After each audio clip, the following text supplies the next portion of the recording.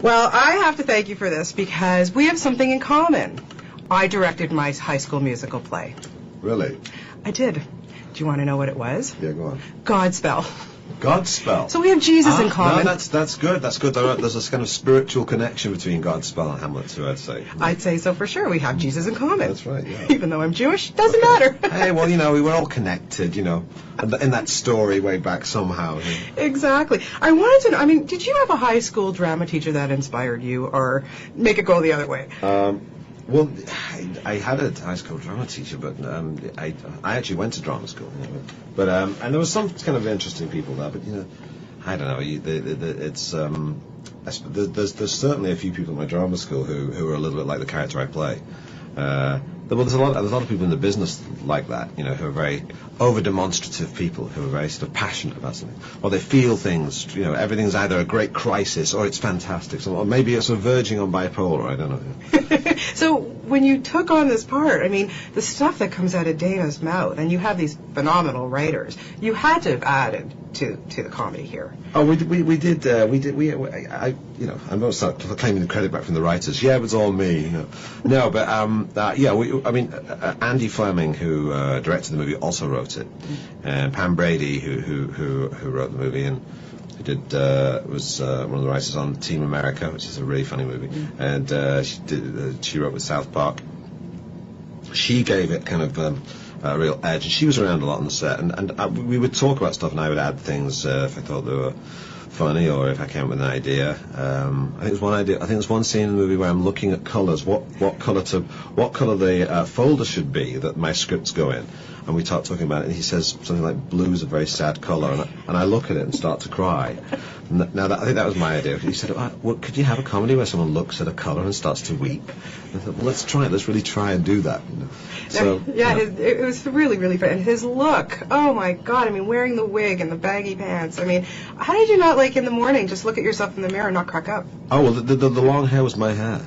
Yeah, The long blonde hair was my hair. It was very nice to have hair like that. Now, I'd grown it from some of the parts, and he said, well, I want your hair long, so I kept it on. They just sort of made it that kind of blonde colour. So it was nice having hair like that for a while. Now it's all gone. So. That's okay. You look good with short hair. It looks good. It suits you. Working with these kids. What was it like? Well, they're not really kids, but... Well, they were, but they made me feel old, because they're all sort of 19, 20. It was kind of... it made me feel like I'm getting old, but they were good, they had a real good energy, and there was one actor called Skylar who actually on the set would he started making suggestions to me, saying, hey, why don't you do this? And I was like, what? And he'd say, yeah, if you do this might be funnier. And I listened to him, and I realized he was right. And I said, and so whenever I'd about to take this, I'd say, hey, Skylar, come here, yeah. You got any ideas? And so you can learn something from everyone. Absolutely. The young can teach the old a lot. Is it true what they say, that if you can't be an actor, you become a drama teacher? Well, I think, there's some truth in it, but that's not solely a bad thing.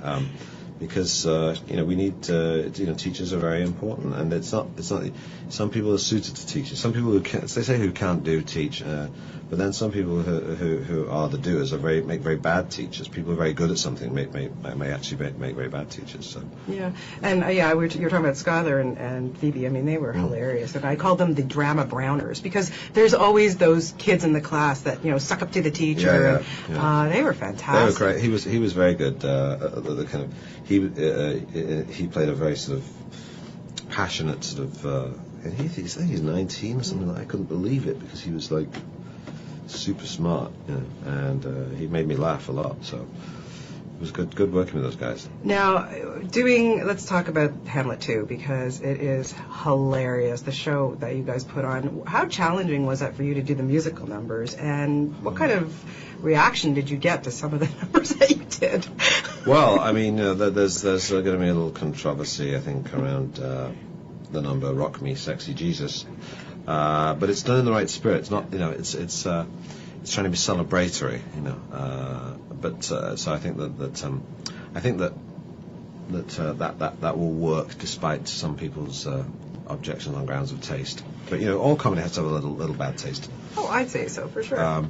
But no, we rehearsed on our days off. I'm not really a dancer, but we had a choreographer, and I had to dress up as Jesus, and my jeans and my what do you call those things? Americans call them wife beaters, don't they?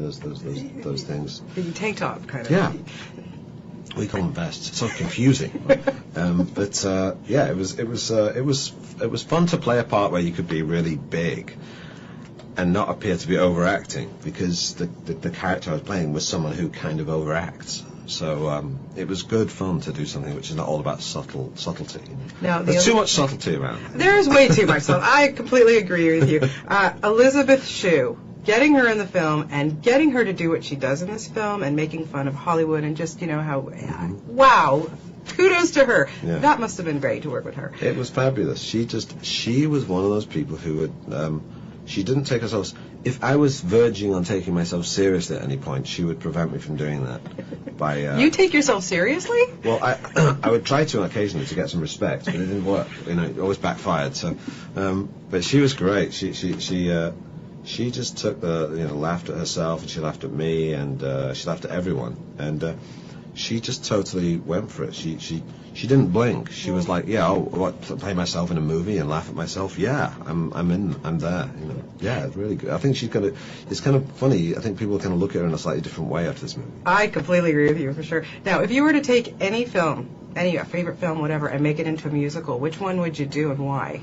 Well, I think the more serious and worthy a film, the funnier it makes it would make itself as a musical. Anything that's got tragedy in. A musical of maybe Beaches, that would be interesting. Oh, yeah.